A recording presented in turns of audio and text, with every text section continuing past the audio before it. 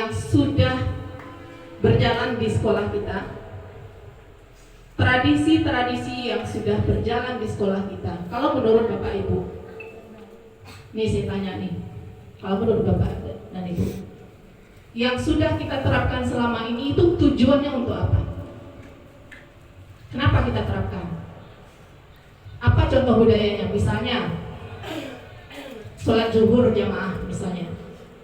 Apa tujuannya dilaksanakan?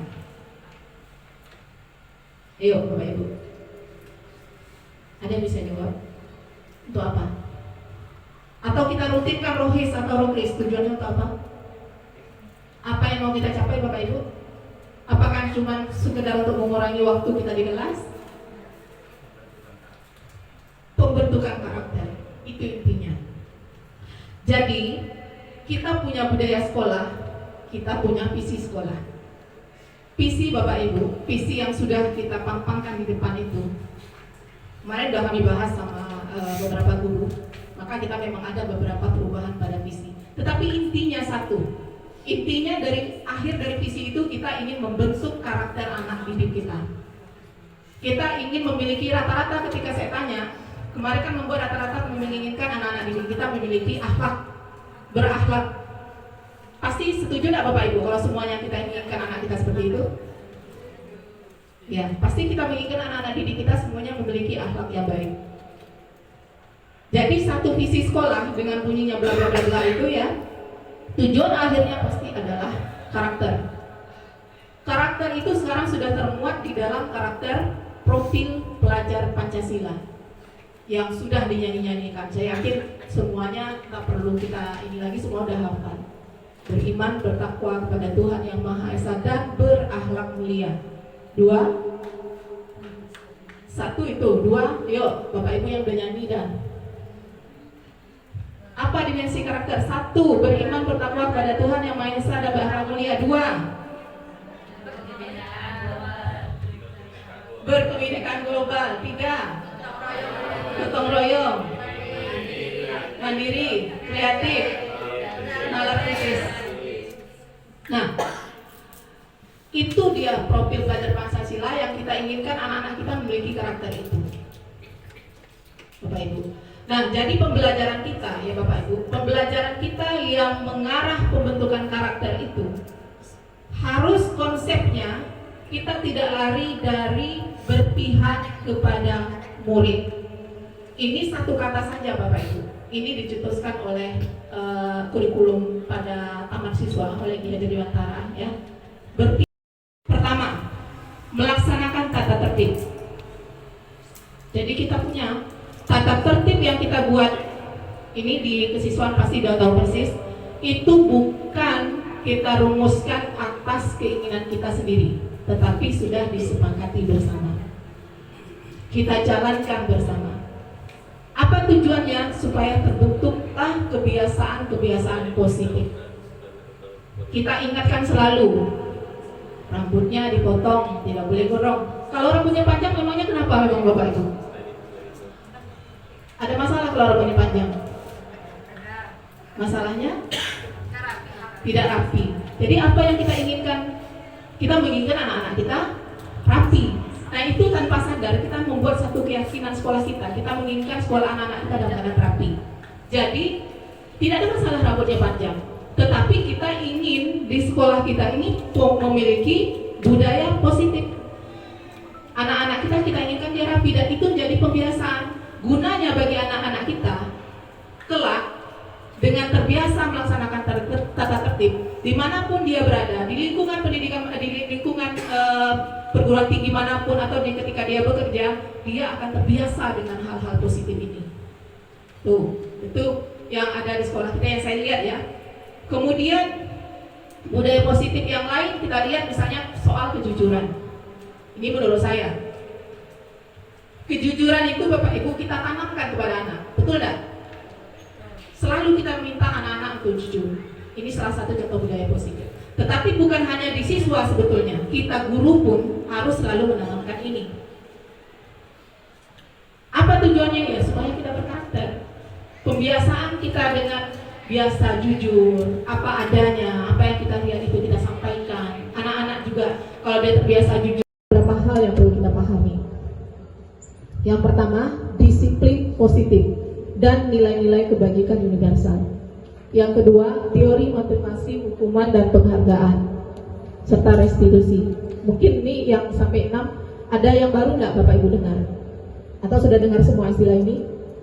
Keyakinan kelas, restitusi, kebutuhan dasar manusia, posisi kontrol, ini baru mungkin ya, karena saya kemarin ketika tidak ikut CNP juga saya belum tahu. Atau mungkin tidak ada yang pernah dengar. Kalau udah pernah dengar, jadi kita sama-sama kita bahas di sini. Nah, sebelum sampai ke poin-poin yang ini, kita lihat dulu paradigma belajar. Saya bawa dulu pemikiran Bapak Ibu. Ini ada sedikit untuk memahami bagaimana kita mengubah satu paradigma belajar kita, ya. Ada kegiatan mengepal tangan, misalnya Pak Edil dengan Pak Darjon misalnya. Anggaplah, ambillah secari kertas kecil, kemudian tulislah benda atau sesuatu yang sangat berharga pada kertas itu, tapi jangan contekan. Maksudnya tidak ada yang tahu apa itu. Misalnya menulis itu, anggaplah tidak menyobek kertas. Sekarang di pikiran kita sudah terbayang apa yang mau dituliskan, ya, apa yang akan dituliskan. Misalnya Bapak itu sesuatu yang sangat berharga. Bapak kepalkan tangan, Pak Edril juga mengepalkan tangan. Tiba-tiba Pak Edril mau meminta Pak Darjon membuka kepala tangan Bapak, memaksa Pak Darjon untuk memberikan yang ada di tangan Bapak. Pak Edril membujuk, bahkan mengancam, menghardik, merayu, menyuap, supaya Pak Darjon buka kepala tangan. Ini sesuatu yang sangat berharga, Pak. Saya tanya, apa yang Bapak lakukan? Bapak kasih tak? Tidak. Bapak buka nggak kepala tangan? Tidak. Kalau Pak Edril gimana? Kalau yang memaksa Pak Darjon? Seberapa berarti nih teori kontrol yang 4 tadi ya, 1, 2, 3, 4 ini kalian. Jadi kata disiplin di sini kita belajar kontrol diri dengan menggali potensi kita. Kalau bahasanya kita rubah untuk disiplin siswa, berarti siswa bisa yang namanya disiplin ke siswa. Berarti siswa itu bisa mengontrol dirinya sendiri untuk menemukan potensi yang ada pada dirinya. Kemudian dengan potensi itu, dia menginginkan ada nilai-nilai yang berharga dari dirinya. Itu disiplin. Jadi kalau yang kita tahu kan disiplin, kepatuhan terhadap suatu aturan, itu disiplin kan. Kita katakan anak disiplin ketika kita kasih aturan, dia ngikutin, kita katakan disiplin. Tetapi dalam teori kontrol, disiplin yang dimaksudkan itu bagaimana si anak itu sendiri. Sama dengan hukuman, bayangkan Bapak Ibu. Penghargaan berlaku sama dengan hukuman. Dalam arti meminta atau membujuk seseorang melakukan sesuatu untuk memenuhi suatu tujuan tertentu dari orang yang meminta atau membujuk. Dorongannya tetap masih eksternal. Dan ada faktor ketergantungan. Artinya gini, ketika kita memberikan dia siapa yang bisa duluan dia dapat ini, dapat hadiah ini. Siapa yang lebih dulu dapat ini. Akhirnya anak tergantung dengan itu. Kalau tidak ada imbalan dia tidak melakukan. Kalau tidak ada sesuatu yang dijanjikan maka tidak melakukan. Jadi sebenarnya ini Bapak Ibu ya, bukan hanya pada siswa, tapi kita terapkan juga pada kita. Karena nilai profil pelajar Pancasila di hak tumbuh bukan hanya pada siswa, tapi pada guru juga. Nilai-nilai itu ada dulu pada kita. Jangan kita tuntut anak untuk memiliki nilai karakter profil pelajar Pancasila, sementara kita tidak memiliki itu. Jadi kita pun sebagai guru melakukan sesuatu juga harus dengan motivasi yang internal, bukan karena eksternal. Nah, sekarang bagaimana kalau penghargaan tidak boleh? Bagaimana? Apa istilahnya? Maka dikenal istilahnya apresiasi. Jadi apresiasi itu semacam ungkapan. Kita menghargai anak dengan ungkapan-ungkapan kita. Ada contohnya di sini, contoh di ungkapan. Nah, ini contoh ungkapan-ungkapan. Misalnya, pembukanya kita ngomong sama anak nih, kita ingin menghargai dia. Kemarin ibu perhatikan, kamu memiliki rasa empati besar sekali. Itu kita kan ingin menghargai dia. Nilai apa yang kita, nilai kebajikan apa yang kita dapatkan? Empati. Empati kan orang semua tahu, nilai kebajikannya empati. Ya, berarti kita sini memberikan dia satu apresiasi atas apa yang dia lakukan, tapi dalam bentuk ungkapan, bukan dalam bentuk imbalan atau hadiah. Nah, jadi ini dalam memberikan apresiasi itu yang perlu kita lakukan adalah pertama kita melakukannya secara khusus dengan si anak. Kita mengakui apa yang dia miliki, kelebihan dia secara pribadi. Semua anak boleh kita berikan dia apresiasi, setiap anak, karena setiap anak dia memiliki kelebihan-kelebihannya sendiri, kita apresiasi. Kemudian kita harus selalu konsisten. Hari ini kita puji, besok kita jatuhkan, itu tidak konsisten namanya. Dan kita harus fokus pada proses yang kita lakukan, bukan kepada hasil akhir yang kita dapatkan. Nih bahasanya, ibu sangat menghargai kepedulianmu. Itu sebuah kalimat yang kita mengapresiasi anak. Terima kasih ya nak untuk rasa tanggung jawabmu. Kita bunyikan ininya Bapak Ibu. Ketika menyampaikan apresiasi itu kita bunyikan nilai apa yang dia punya, nilai kebajikan apa yang kita hargai itu apa. Kita bunyikan. Terima kasih ya nak atas tanggung jawabnya. Itu satu bentuk apresiasi. Tidak mesti sebenarnya selesai dia membantu kita berikan dalam bentuk imbalan itu tidak mesti seperti itu. Nah sekarang yang intinya restitusi. Mohon maaf Bapak Ibu, kalau mau minum aja, karena memang materinya panjang gitu ya. Kalau ngantuk,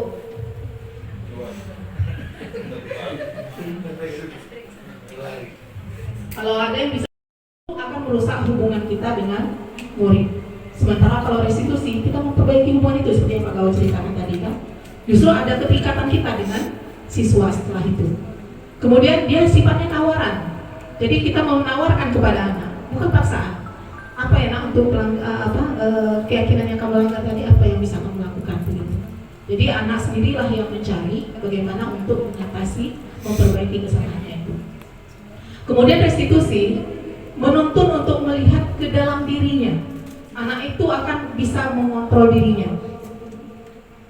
Dan dasar dari restitusi itulah adalah mencari kebutuhan dasar yang dia butuhkan. Tadi ada 5 kebutuhan dasar, ya, yang berdasari tindakannya. Ada anak ini melakukan sesuatu karena ingin mendapatkan kesenangan.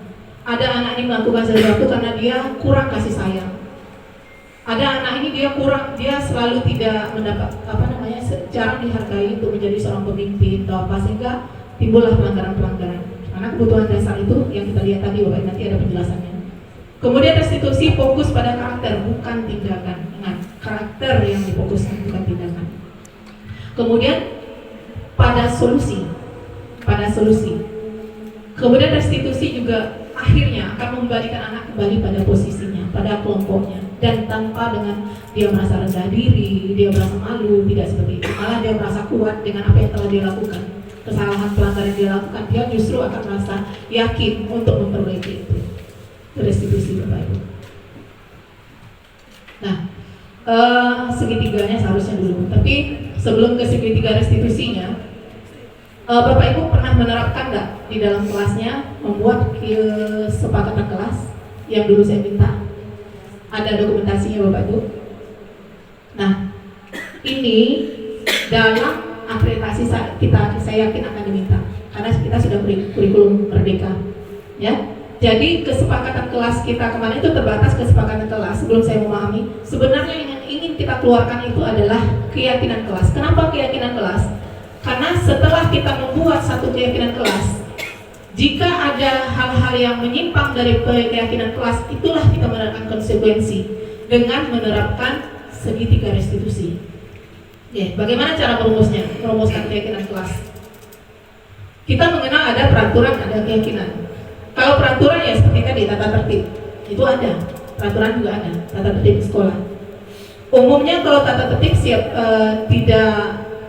tata tertib ini dibuat oleh pihak yang berwenang. Kita sekolah sudah membuat nih sebenarnya aturannya, cuma kita mensosialisasikan aja, gitu kan? Nah, kalau keyakinan kelas kita membuatnya bersama anak-anak. Keyakinan kelas ini kita tumbuhkan, kita nanti di setiap kelas ini tuntutan saya ya, setiap kelas itu akan memiliki ini. Keyakinan kelas itu nanti ditulis di kelasnya. Apa saja yang menjadi keyakinan kelas, tidak perlu banyak. Jadi bahasanya gimana cara merumuskannya. Jadi sebenarnya keyakinan kelas itu adalah salah satu disiplin positif Bapak Ibu yang diterapkan untuk menumbuhkan budaya positif sekolah. Ya, yang orientasinya adalah nilai-nilai kebajikan, profil belajar Pancasila. Oke, gimana cara prosesnya? Akan merusak hubungan kita dengan murid. Sementara kalau restitusi, kita memperbaiki hubungan itu seperti yang Pak Gawat ceritakan tadi kan. Justru ada keterikatan kita dengan siswa setelah itu. Kemudian dia sifatnya tawaran. Jadi kita mau menawarkan kepada anak, bukan paksaan. Apa ya nak untuk keyakinan yang kamu langgar tadi, apa yang bisa kamu lakukan begitu. Jadi anak sendirilah yang mencari bagaimana untuk mengatasi, memperbaiki kesalahannya itu. Kemudian restitusi menuntun untuk melihat ke dalam dirinya. Anak itu akan bisa mengontrol dirinya. Dan dasar dari restitusi itulah adalah mencari kebutuhan dasar yang dia butuhkan. Tadi ada 5 kebutuhan dasar, ya, yang berdasari tindakannya. Ada anak ini melakukan sesuatu karena ingin mendapatkan kesenangan. Ada anak ini melakukan sesuatu karena dia kurang kasih sayang. Ada anak ini dia selalu tidak mendapat jarang dihargai untuk menjadi seorang pemimpin atau apa, sehingga timbullah pelanggaran-pelanggaran. Karena kebutuhan dasar itu yang kita lihat tadi, Bapak, nanti ada penjelasannya. Kemudian restitusi fokus pada karakter, bukan tindakan. Ingat, karakter yang difokuskan, bukan tindakan. Kemudian pada solusi. Kemudian restitusi juga akhirnya akan mengembalikan anak kembali pada posisinya, pada kelompoknya, dan tanpa dengan dia merasa rendah diri, dia merasa malu, tidak seperti itu. Malah dia merasa kuat dengan apa yang telah dia lakukan. Kesalahan pelanggaran yang dia lakukan, dia justru akan merasa yakin untuk memperbaiki itu. Restitusi Bapak Ibu. Nah, segitiganya seharusnya dulu. Tapi sebelum ke segitiga restitusinya, Bapak Ibu pernah menerapkan nggak di dalam kelasnya membuat kesepakatan kelas yang dulu saya minta? Ada dokumentasinya Bapak Ibu. Nah, ini dalam akreditasi saya yakin akan diminta karena kita sudah kurikulum merdeka, ya. Jadi kesepakatan kelas kita kemarin itu terbatas kesepakatan kelas. Sebelum saya memahami, sebenarnya yang ingin kita keluarkan itu adalah keyakinan kelas. Kenapa keyakinan kelas? Karena setelah kita membuat satu keyakinan kelas, jika ada hal-hal yang menyimpang dari keyakinan kelas, itulah kita menerapkan konsekuensi dengan menerapkan segitiga restitusi. Ya, bagaimana cara merumuskan keyakinan kelas? Kita mengenal ada peraturan, ada keyakinan. Kalau peraturan ya seperti tadi tata tertib, itu ada. Peraturan juga ada, tata tertib sekolah. Umumnya kalau tata tertib tata tertib ini dibuat oleh pihak yang berwenang. Kita sekolah sudah membuat nih istilahnya aturannya, cuma kita mensosialisasikan aja, gitu kan? Nah, kalau keyakinan kelas kita membuatnya bersama anak-anak. Keyakinan kelas ini kita tumbuhkan, nanti di setiap kelas ini tuntutan saya ya, setiap kelas itu akan memiliki ini. Keyakinan kelas itu nanti ditulis di kelasnya. Apa saja yang menjadi keyakinan kelas, tidak perlu banyak. Jadi bahasanya gimana cara merumuskannya. Jadi sebenarnya keyakinan kelas itu adalah salah satu disiplin positif Bapak Ibu yang diterapkan untuk menumbuhkan budaya positif sekolah. Ya, yang orientasinya adalah nilai-nilai kebajikan, profil belajar Pancasila. Oke, gimana cara prosesnya? Hasil akhirnya berhasil itu. Sampai di wali kelas dia berhasil. Jadi itu dapat. Kita tidak lagi ada bertingkat dari sini serahkan ke sini, dari sini serahkan ke sini. Setiap kita punya tanggung jawab untuk itu. Tidak itu kecuali Pak kalau dia merokok di luar. Iya boleh Pak. Sih kita semuanya punya tanggung jawab. Maksud saya gini. Anak ini oke lah, dia belum berubah juga nih. Kita sudah panggil dia nih, Bapak misalnya di jam apel kita nih, dia belum berubah. Kita lakukan langkah itu belum juga. Kemudian kita merasa udah angkat tangan nih, kita serahkan ke wali kelas lah, gitu kan, serahkan wali kelas. Kalau wali kelas juga angkat tangan, berarti ada prosesnya tidak berhasil, kita serahkan kepada orang yang menurut kita bisa untuk melakukan itu. Bukan mesti harus kepala sekolah, bukan mesti harus kesiswaan. Misalnya ada di guru BK, yang terpenting saya guru BK misalnya kan. Guru BK kan dia bisa pendekatannya lebih ini. Nah, kita serahkan guru BK. Kita tak punya guru BK, makanya semuanya di terus dia aja nanti waktu saya untuk mengajar terlalu banyak atau gimana gitu. Yang intinya kita semua punya tanggung jawab itu. Dan makanya kita sama memahami pandangan orang lain. Jadi kita tidak memaksa orang lain untuk mengubah pandangannya, mengikuti pandangan kita. Tetapi justru kalau di teori kontrol kita mengajak, kita berusaha untuk memahami pandangan orang lain. Nah, ini yang teori kontrol. Nah, bagaimana hubungannya ke depan nanti Bapak Ibu mungkin agak sedikit sama dengan saya ketika menerima materi pertama, tapi nanti makin ke belakang kita makin tahu arahnya kemana. Kalau sebelumnya kita menganggap bahwa perilaku buruk itu dilihat sebagai suatu murid seperti itu. Anak yang berlaku buruk kita katakan itu satu kesalahan. Tetapi kalau dalam teori kontrol justru semua perilaku yang dilakukan anak, apakah itu di mata kita salah atau seperti apa, pasti dia memiliki tujuan. Yang dia lakukan itu memiliki tujuan, itu teori kontrol. Kemudian dalam pandangan yang stimulus respon, orang lain bisa mengontrol saya, orang lain bisa mengontrol saya. Tetapi kalau dalam teori kontrol tidak seperti itu. Hanya kita atau hanya Anda yang bisa mengontrol diri Anda. Kitalah yang mengontrol diri kita sendiri. Sehingga untuk melakukan sesuatu itu mestinya yang ditumbuhkan adalah motivasi di dalam diri kita, bukan motivasi dari luar. Kemudian pemaksaan ada pada saat rujukan gagal. Tak bisa merayu. Tadi kan akhirnya memaksa. Ini kalau teori stimulus respon. Tapi bagaimana kalau dalam teori kontrol untuk mengatasi masalah tadi? Kita berkolaborasi, kita melakukan kesepakatan perbuatan A, mematuhi perbuatan A. Mungkin anak akan mematuhi, tapi ada 3 motivasi mereka. Bisa jadi untuk menghindari hukuman, bisa jadi untuk mendapatkan imbalan, misalnya untuk mendapatkan nilai yang lebih bagus, dan bisa jadi memang untuk menghargai diri mereka. Mana yang bagus Bapak Ibu? Mana yang kita harapkan, mana yang kita tumbuhkan? Maka yang kita tumbuhkan yang ketiga ini. Bagaimana caranya kita memahami perilaku anak, bahwa anak ini kita bawa supaya dia termotivasi dari dalam dirinya. Karena dia memang ingin melakukan itu karena dirinya sendiri, menghargai dirinya sendiri. Inilah yang motivasi intrinsik. Ini yang mau kita tumbuhkan pada anak. Kalau masih motivasi ekstrinsik, mungkin kita lihat ratu. Kita berceloteh di sana, pakai bajunya keluar, masukkan misalnya. Kita akan masukkan bajunya. Dia mungkin akan memasukkan, tetapi bisa jadi cuma hanya menghindari hukuman. Karena hanya sesaat aja. Nanti kita lihat ke belakang kan dia buka lagi. Kenapa? Karena dia melakukan itu bukan dari dirinya. Nah, ini tugas berat kita Bapak Ibu. Bagaimana kita menumbuhkan motivasi intrinsik ini. Nah, sekarang untuk menumbuhkan motivasi intrinsik, menghargai diri sendiri ini, maka dikenallah istilahnya dengan nilai-nilai kebajikan universal. Artinya nilai-nilai kebajikan yang dimanapun itu semua orang mengakui bahwa itu adalah nilai-nilai kebajikan. Dari nilai kebajikan inilah kita buat keyakinan kelas. Ini tugas kita nanti Bapak Ibu. Nanti Bapak Ibu semuanya saya minta yang wali kelas itu membuat keyakinan kelas. Kenapa harus keyakinan kelas? Karena dari keyakinan kelas ini kita bisa menerapkan restitusinya, konsekuensinya. Nah, kita lihat yang 5 posisi kontrol Bapak Ibu. Ini kita ini. Kita guru ketika menghadapi permasalahan anak-anak didik kita, maka kita menempatkan diri ada 5 posisi kontrol. Silakan baca sendiri kita masing-masing, kita berada di posisi kontrol yang mana dan mana yang harus kita perbaiki. Pertama, kita menempatkan posisi kita sebagai penghukum.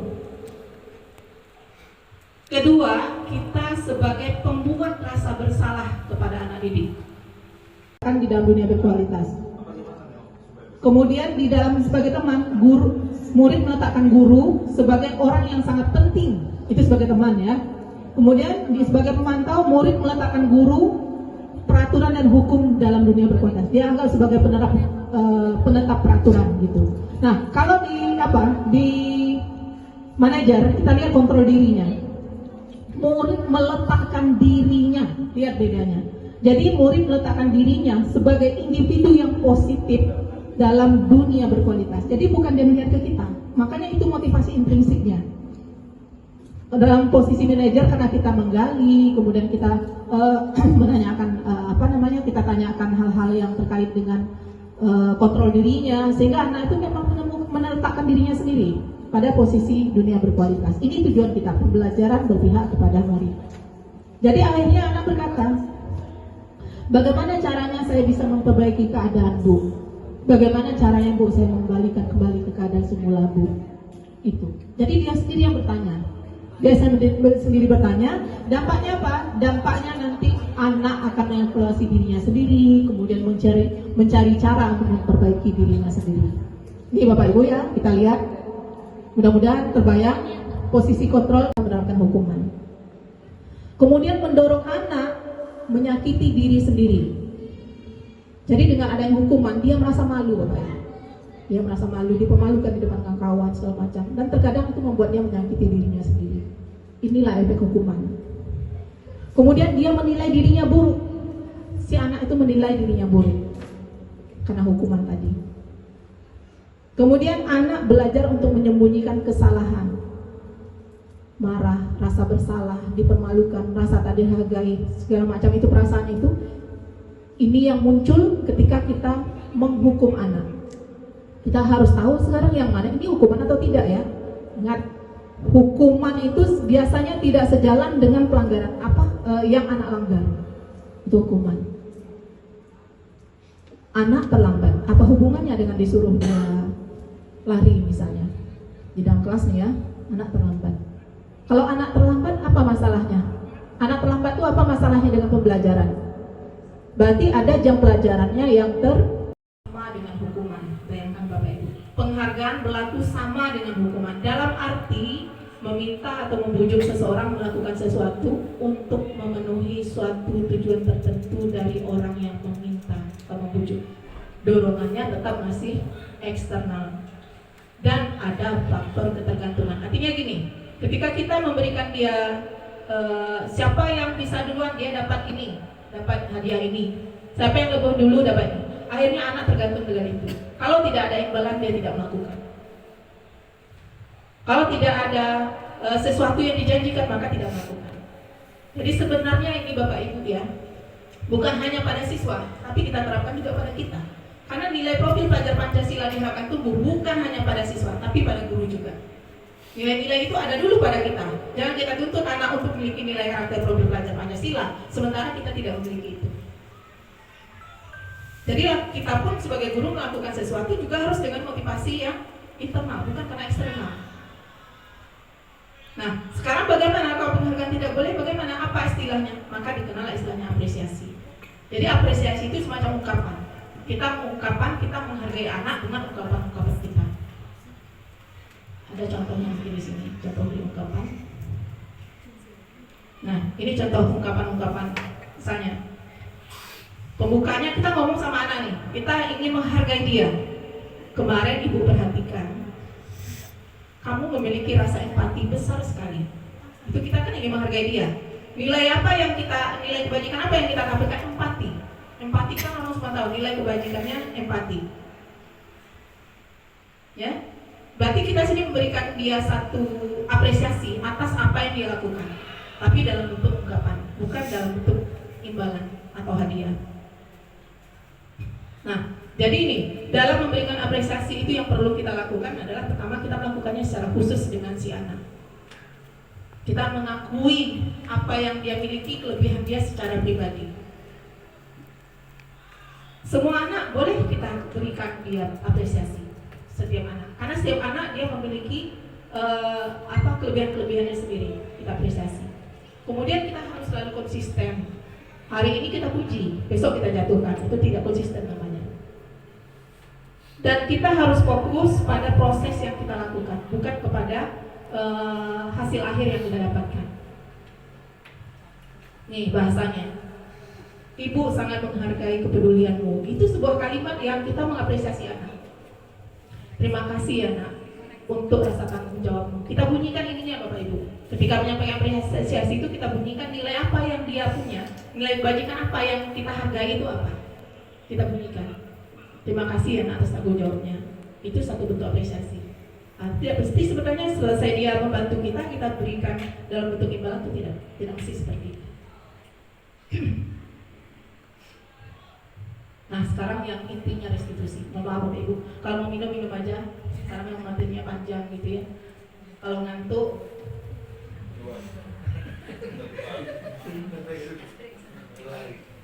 kalau ada yang bisa, tapi lama-kelamaan dia akan terima itu. Anak akan menghargai disiplin. Akan ada stimulus. Anak berespon dengan kita, tidak dengan ketakutannya, menunduk, takut gitu ya. Kemudian anak juga akan menguasai konsep dirinya, kontrol dirinya. Anak akan berusaha mematuhi peraturan, ya. Kemudian dia akan berusaha mematuhi peraturan-peraturan yang menyebabkan dia tidak nyaman, ya. Jadi ini hukuman dan konsekuensi yang harus kita terapkan Bapak Ibu adalah konsekuensi. Hukuman itu sudah ditiadakan. Kemarin kami di dalam CGP itu Bapak Ibu dalam diskusi masalah ini ada satu guru yang dia sangat tidak setuju dengan hal ini. Dia setujunya bahwa hukuman itu akan memang bisa mendisiplinkan anak, hukuman. Dan kemudian pandangan itu dibukalah oleh kami, fasilitator kami. Pikirannya dibuka lama-lama dia baru bisa terima. Memang kita di zaman dulu kita dididik memang selalu dengan hukuman dulu, masanya dulu. Perilaku keyakinan kelasnya. Kemudian bisa yang kita dengar apa? Dari ucapannya si anak-anak. Kalau ini jalan, keyakinan kelas kita terapkan ke jalan, maka suasana kelas itu akan dalam pembelajaran apapun akan sangat menarik jadinya. Kita dengan sistem apapun. Tapi kalau ini tidak jalan, keyakinannya banyak yang dilanggar, maka itulah yang menyebabkan kelas gaduh segala macam. Ya. Nih saya tak bahas ini Bapak Ibu. Ini tampak tak tampak. Ini contoh jadi saya ambil satu keyakinan kelasnya bersikap positif. Itu keyakinan kelas. Nanti Bapak Ibu boleh, nggak apa-apa kalau mau ngambil bersikap positif. Tapi jelaskan yang dari poin-poin anak tulis tadi, mana yang kategori bersikap positif, kita rumuskan keyakinan kelasnya bersikap positif. Gitu. Yang tampak misalnya anak hadir tepat waktu, berpakaian lengkap, menjaga kebersihan kelas, itu kita jadikan semua sikap positif. Berarti satu keyakinan kelasnya yang kita keluarkan dari sana. Nah ini contoh juga. Nanti kalau Bapak Ibu mau khusus misalnya bertanya, yang wali kelas masing-masing, nanti hari Kamis ya, ada jadwal wali kelas masuk hari Kamis. Okay.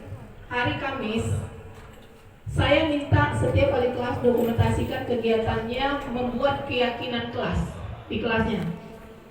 Keyakinan kelas gimana? Ini contoh Bapak Ibu. Misalnya, dalam kelas Bapak Ibu tanya, apa nilai-nilai positif yang ingin kita tumbuhkan di kelas yang tidak dari kesepakatan awalnya ya, kesepakatannya misal anak-anak bilang kita tidak boleh terlambat Bu, kita harus membersihkan kelas Bu, semua harus tertib antri Bu, gitu kan. Apalah ada bahasa yang dirumuskan anak itu ada. Nah dari semua yang sudah disampaikan anak-anak, silakan tulis mereka ke depan Bapak Ibu, suruh mereka ke depan, masing-masing anak menuliskan satu kalimat yang sifatnya positif dari kelas itu, yang mereka inginkan dari kelas kita, suruh mereka buat. Kemudian setelah semuanya tertulis di sana, coba Bapak Ibu simpulkan, keluarkan nilai-nilai kebajikan yang bisa menjiwai. Misalnya ya, anak bilang kita tidak boleh terlambat, kemudian anak bilang kita harus mendengarkan guru dalam menjelaskan. Atau anak bilang kita harus menjaga barang-barang di dalam kelas. Nah, di sana kita tarik satu kesimpulan, berarti kita harus saling hormat menghormati. Nilai kebajikannya itu Bapak Ibu, hormat menghormati. Kemudian di dalam kelas kita harus sering bekerja sama. Jadi ini dalam satu contoh ya. Pertama, keyakinan kelasnya hormat. Yang kedua, bekerja. Kemudian diterima dan dimiliki. Ini kesimpulan dari keyakinan kelas yang akan kita buat. Hormat, kita meyakini bahwa sangat penting untuk menghormati semua orang dan barang milik orang di dalam kelas. Bekerja, kita meyakini bahwa sangat penting untuk mengerjakan segala pekerjaan yang pelanggaran itu. Kebutuhan pertama hidup. Belonging ini apa? Kebutuhan untuk mendapatkan kasih sayang. Di rumah dia keluarganya broken home misalnya. Dari mana kita ketemu ini? Kan tentu dengan langkah-langkah restitusi yang kita lakukan tadi. Sehingga kalau anak-anak temperamental, anaknya suka melawan kita, jangan langsung kita menghakimi, wah anak ini perilakunya buruk. Tapi kita proses. Entah wali kepala kelas yang memproses, kenapa dia begitu, apa sebab dia melakukan itu, ada alasannya. Bisa jadi salah satu dari ini, dia tidak mendapatkan kasih sayang di rumah. Terus gimana Bu solusinya? Apa kita yang ngasih kasih sayangnya? Bukan begitu. Tapi dengan mengetahui ini, kita coba menempatkan dia sesuai dengan kebutuhan dia ini. Power ini kebutuhan untuk menguasai. Setiap kita punya ini Bapak Ibu. Kita pun nih kebutuhan dasar kita ini. Kita ingin bertahan hidup, kita ingin selalu disayangi, kita ingin menguasai, kita ingin bebas, freedom, kebebasan, kemudian kita ingin kesenangan, fun. Jadi kalau anak di dalam kelas dia lasak misalnya, kawan kerjakan tugas dia kesana kemari misalnya ya, berarti kemungkinan ada kebutuhan dasar kesenangannya yang tidak terpenuhi. Tanya, dari mana kita tahu ini tidak terpenuhi? Dari kita melakukan proses segitiga restitusi tadi. Ini yang 5 posisi kontrol tadi Bapak Ibu ya, ada nggak penjelasan ya? Nah ini kita baca diri kita ya, yang ngantuk coba buka HP-nya sedikit, hilang ngantuk ya. Iya, memang biasa kalau yang di depan ceramah itu memang ngantuk, saya sendiri begitu. Tapi biasanya dasar posisi kontrol keyakinan kelas segitiga restitusi itu banyak sekali. Jadi sedikit saja itulah yang saya dapat di kaca kemarin.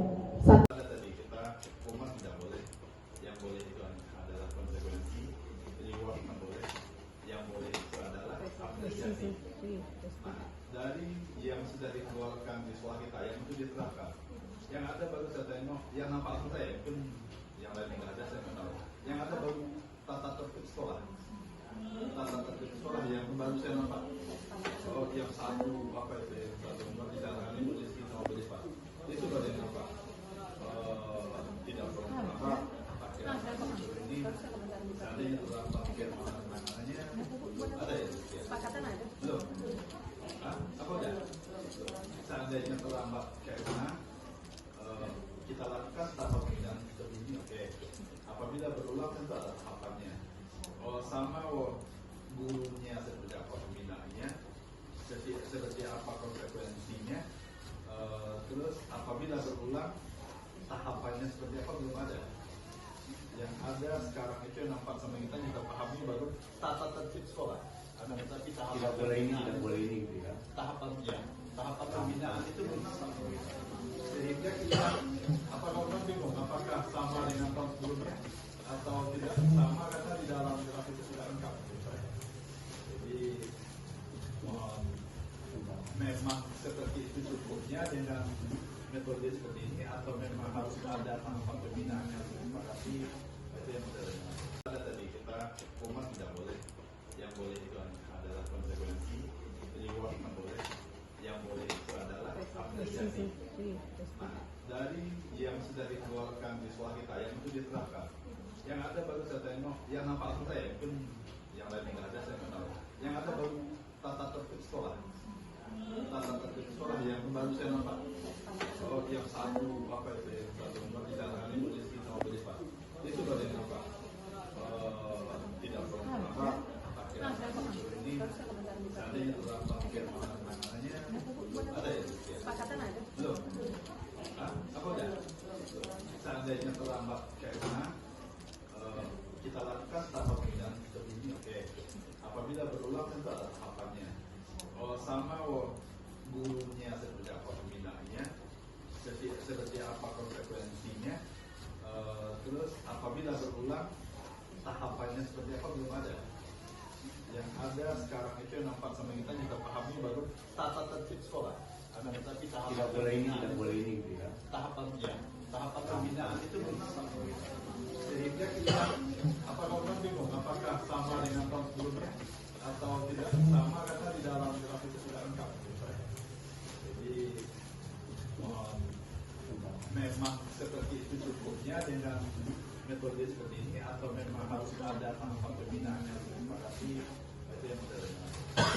Kalau bisa saya jawab, kalau tak bisa saya PR-kan dulu, nanti saya cari solusinya kalau tak bisa. Ini pertanyaan ini terus. Iya. Ini udah panjang materinya. Kalau seperti itu, gitu ya. Apa ada masalahnya? Nada suara Bapak? Nada suaranya? Ya, iya. Begitu ya. Iya. Bisa saya kasih sana. Iya. Tapi kan saya tahu dulu entah adanya masalah pribadinya dengan orang tua dan memang ternyata ada Bu. Jadi ketika itu ada surat pemanggilan dan kemarin juga dengan juga. Nah, untuk memberikan itu saja saya waktu itu kepada kawan yang lain untuk berikan ke orang tua, ternyata surat itu tidak sampai diambilnya karena di dalam hubungan keluarga itu rupanya tidak akur. Nah, orang tua ayahnya dengan dia tidak akur, jadi dia minta tolong orang tua mereka ini juga, jadi tidak juga sebagai orang tua di sini juga memaklumi ini. Dan juga saya sampaikan kepada siswa bagaimana dan ternyata siswa juga ya Pak ada dulu. Oke, terima kasih. Jadi nanti semua tergambar ada lagi Pak? Tanggal mungkin? Kalau saya berusaha menjalin komunikasi, menanya apa kabar, Iya. kemudian bercerita dulu. Saya upayakan anak itu nyaman dengan saya. Kemudian sebelum saya menanyakan apa masalah, saya coba dulu gali, kira-kira mau dia nggak bercerita duluan. Seperti itu. Jadi saya menggunakan pendekatan dulu psikologis kepada anak, sehingga ketika dia bercerita dengan kita ada terasa nyaman. Itu yang saya lakukan selama ini. Pada bersyukur memang ketika itu sering saya jalani, anak banyak terbuka. Dan bahkan kita membuka diri kepada mereka bahwa guru itu kadang-kadang bisa menjadi sahabat bagi mereka. Tidak hanya sebagai orang tua, tidak hanya sebagai guru, tetapi bagaimana dengan kita bisa juga memposisikan diri kita bahwa kita bisa menjadi sahabat bagi siswa. Itu yang saya lakukan. Nah, ketika keterbukaan itu ada, baru kita masuk pelan-pelan. Jadi memang tidak memaksa anak itu bercerita apa masalahnya, tetapi kita menjalin komunikasi bagaimana anak itu bisa bercerita dengan kita. Itu yang saya lakukan. Kemudian ketika mungkin pada saat pertemuan itu belum Ya. Gimana prosesnya Bu Ika?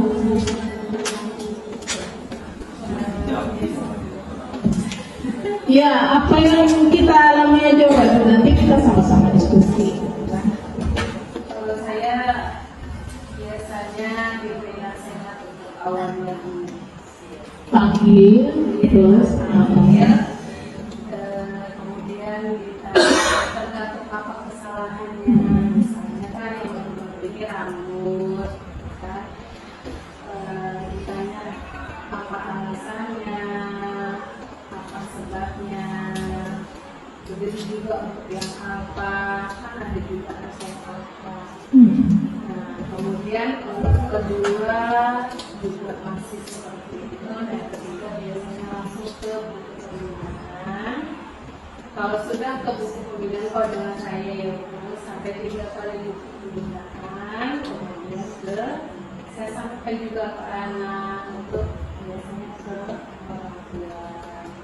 Dan ada juga saya sampai 3 kali dipanggil orang tua tidak ada respon, masuk ke Oke, terima jadi kasih. biasanya kalau awal itu ditanya dulu soalnya Dengan alasannya melakukan itu. Salah satu tahap dari restitusinya udah ada kelihatan di sana. validasi tindakan yang salah. Jadi dia ada 3 tahap ya, restitusi itu segitiga restitusi. Ada tahap pertama menstabilkan identitas. Ketika kita memanggil anak, tentu kita kondisikan dulu. Anak kita panggil, kita emosi, anak emosi, apa jadinya? Itu berarti kita tidak melewati tahap menstabilkan identitas. Kemudian baru memvalidasi mana tindakannya yang salah. Ada rata-ratanya ada lagi Bapak Ibu yang mau kasih pengalaman gimana cara yang menangani anak. Iya, yang Bapak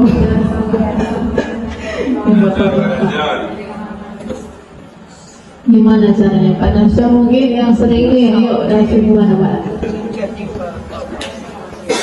Gimana Pak? Kalau Bapak gimana? Ayo. Nah, sama sih, tapi ada sama siswa itu kan berbeda-beda. Apa yang mereka hadapi juga berbeda-beda. Dan ternyata ketika memang tidak dibuat sesuatu yang tidak pas dari sekolah, ya contohnya dari kelas saya sebelumnya. Jadi saya tidak langsung kenapa itu tidak langsung seperti itu. berarti ada keyakinan sekolah. Itu pertanyaan saya Pak. Saya nanya, berarti Bu, kita yang ada keyakinan sekolah. Maka dia kembalikan, kita punya peraturan, punya keyakinan. Peraturan seperti yang sudah ditetapkan ini kan kita tetapkan, bukan hasil yang kita sepakati atau apa, kita menyampaikan saja. Kalau peraturan yang dilanggar ini, maka memang tahapannya nanti ada nggak dari salah satu peraturan ini yang berkaitan dengan keyakinan kelas kita. Misalnya anak tadi di dalam peraturan sekolah kita kan masuk jam sekian, keluar jam sekian. Di dalam keyakinan kelas yang berkaitan dengan ini apa yang kita bunyikan? Ada nggak kita bunyikan keyakinan kelas kita? Masalahnya sekarang kan kita belum merumuskan ini, Pak. Yang tidak wali kelas, itulah yang saya minta tadi. Memproses dengan segitiga restitusi. Boleh Bapak Ibu seperti itu, bisa? Video singkat aja, Mbak, usah panjang, nanti penonton dari saya. Atau mau menerapkan sebagai penghukum. Kalau penghukum sebentar ya, tak ada penyelesaian masalah dia masalahnya. Kalau sebagai penghukum. Ada kendala nanti Bu. Kendalanya apa Pak? Proses.